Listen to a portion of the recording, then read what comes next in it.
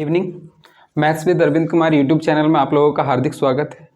आज हम तो अपनी कल वाली क्लास को आगे कंटिन्यू करेंगे। कल हमने कुछ बातें सीखी नंबर्स के बारे में, नंबर्स क्या होते हैं और हमने कितने प्रकार के नंबर्स पढ़े थे, 2 प्रकार के, जिन्हें हम एक को संख्या रेखा पर प्रदर्शित कर सकते थे और एक को संख्या रेखा पर प्रदर्शित नहीं कर सकते थे।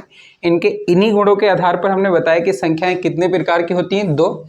एक तो रियल नंबर और एक इमेजिनरी नंबर। रियल नंबर को हमने हिंदी में कहा था वास्तविक संख्याएं, इमेजिनरी नंबर को हमने हिंदी में कहा था काल्पनिक संख्याएं। अब एक तीसरा नंबर होता है कॉम्प्लेक्स नंबर, जो इन दोनों के मिलाने से बनता है। इन दोनों को मिलाने से कॉम्प्लेक्स नंबर को हिंदी में सम्मिश्र संख्याएं कहा जाता है। कौन सी संख्याएं? सम्मिश्र संख्याएं कहा जाता है। और ये सम्मिश्र संख्याओं को लिखने का ढंग होता है a plus minus i b. इसका मतलब क्या हुआ, इसमें ये a जो है वो रियल पार्ट यानी कि वास्तविक संख्या होगी, और ये आई बी, क्योंकि कल हमने पढ़ा था कि जिस नंबर के साथ में i लगा हुआ होगा वो कैसा नंबर होगा, अपना इमेजिनरी नंबर यानी कि काल्पनिक संख्या। तो a प्लस आई बी, तो ये पूरा का पूरा पार्ट क्या कहलाएगा? इमेजिनरी पार्ट यानी कि काल्पनिक भाग। कौन सा भाग? काल्पनिक भाग।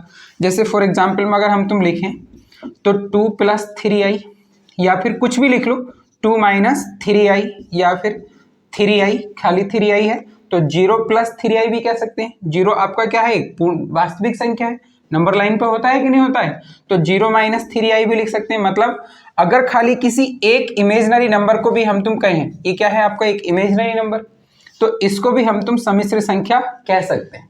क्यों? क्योंकि 0 इस 3i को लिखने का एक तरीका और आपको मिलेगा 0 प्लस 3i। तो अगर 0 प्लस 3i इसमें लिख देंगे, 0 इसमें ऐड कर देंगे तो कोई फर्क तो पड़ेगा नहीं। जब 0 इसके साथ में लग जाएगा तो ये इसका कौन सा पार्ट हो जाएगा? रियल, और ये कौन सा पार्ट हो जाएगा इसका? इमेजिनरी।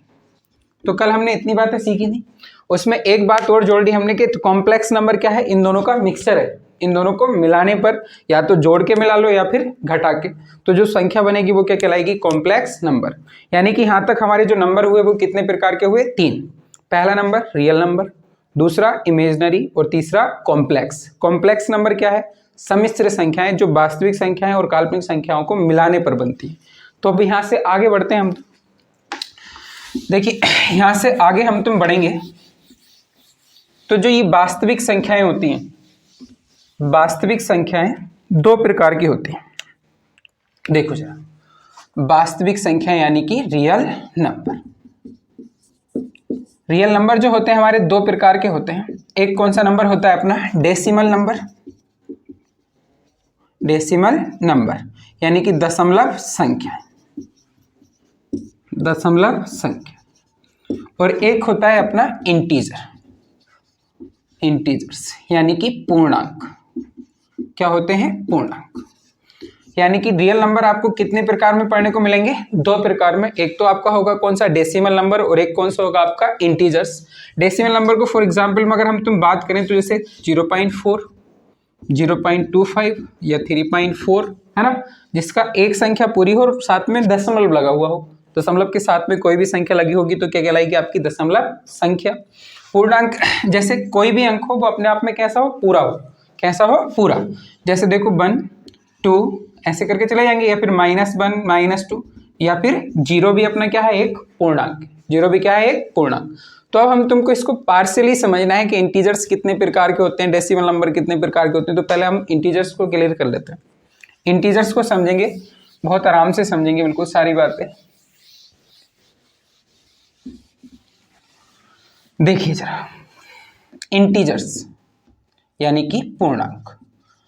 मैथमेटिक्स के नंबर सिस्टम की बात करें तो जितनी भी संख्याएं होती हैं उसमें संख्याओं का सबसे बड़ा भाग होता है इंटीजर्स। सबसे बड़ी श्रृंखला जो बनाएगा वो कौन सा बनाएगा? इंटीजर्स यानी कि पूर्णांक। ये पूर्णांक जो होते हैं अपने 2 प्रकार के होते हैं। कितने प्रकार के? 2। एक तो हम कह लेते हैं निगेटिव इंटीजर्स, और एक को हम कहते हैं नॉन निगेटिव इंटीजर्स। अब कुछ बालक कहेंगे कि सर नॉन निगेटिव की जगह पॉजिटिव भी लिख सकते थे, तो इसका मतलब भी तुमको समझ में आएगा कि पॉजिटिव क्यों नहीं कहा है, नॉन निगेटिव क्यों कहा है। अभी समझेंगे सारी बातें आराम से। Non negative numbers, sorry integers, non negative integers. तो नॉन निगेटिव इंटीजर्स क्या होंगे? देखो, निगेटिव इंटीजर्स के लिए अगर मैं संख्या रेखा पर नंबर्स दिखाने शुरू करूं, इंटीजर्स को दिखाना शुरू करूं, तो इंटीजर्स नंबर्स का एक ऐसा सेट है जो -इनफाइनाइट से शुरू होता है। माइनस इनफाइनाइट यानी कि माइनस अनंत से शुरू होता है और बीच में कहाँ मिलेगा कोई अपन को जीरो, और कहाँ तक जाता है ये प्लस इनफाइनाइट तक। कहाँ तक जाता है प्लस इनफाइनाइट तक, यानी कि इंटीजर्स माइनस इनफाइनाइट से शुरू होकर जीरो सहित प्लस इनफाइनाइट तक जाते हैं। तो ये संख्याओं का सबसे बड़ा सेट है जिसमें से जीरो के राइट साइड लेफ्ट साइड में जो भी संख्याएं होंगी, सॉरी जीरो के लेफ्ट साइड में जो भी संख्याएं होंगी वो कौन सी होंगी, निगेटिव इंटीजर्स। जीरो सहित इधर को जो संख्याएं होंगी वो कौन सी होंगी, नॉन निगेटिव इंटीजर्स। जैसे अगर मैं इसको लिखना शुरू करूं, नेगेटिव इंटीजर्स में क्या आएगा, माइनस का 2, माइनस का 1 एंड सो ऑन। अब नॉन निगेटिव इंटीजर्स में देखिए, ये जो सम नंबर्स का सेट है ये जीरो से शुरू होता है। किससे, जीरो से। जीरो के बाद +1 +2 +3 +4, तो इतने नंबर्स की बात करें यहां तक प्लस इनफाइनाइट तक जाएगा। तो ये टोटल पॉजिटिव इंटीजर्स हैं, यानी कि धनात्मक पूर्णांक। कौन से पूर्णांक, धनात्मक पूर्णांक। लेकिन इसमें अपना जीरो जो है एक विशेष तरीके की क्वालिटी रखता है। जीरो एक ऐसा पूर्णांक है जो नाइदर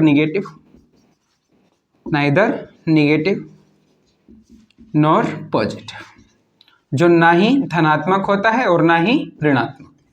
यानी कि जीरो ना ही तो धनात्मक नंबर में लिखा जाता है और ना ही ऋणात्मक नंबर में। इसी वजह से इसको लिखा था नॉन निगेटिव इंटीजर्स, ठीक है ना, क्योंकि अगर पॉजिटिव इंटीजर्स इसको कह देते तो इसके साथ में जीरो नहीं लिख पाते। समझ रहे हैं बात को। तो जीरो क्या है अपना, नाइदर निगेटिव नॉर पॉजिटिव, ना ही धनात्मक है और ना ही ऋणात्मक। तो आज तक का इतना ज्ञान कैसा लगा कमेंट्स करके जरूर बताएं और अपने साथ वालों को भी बताएं।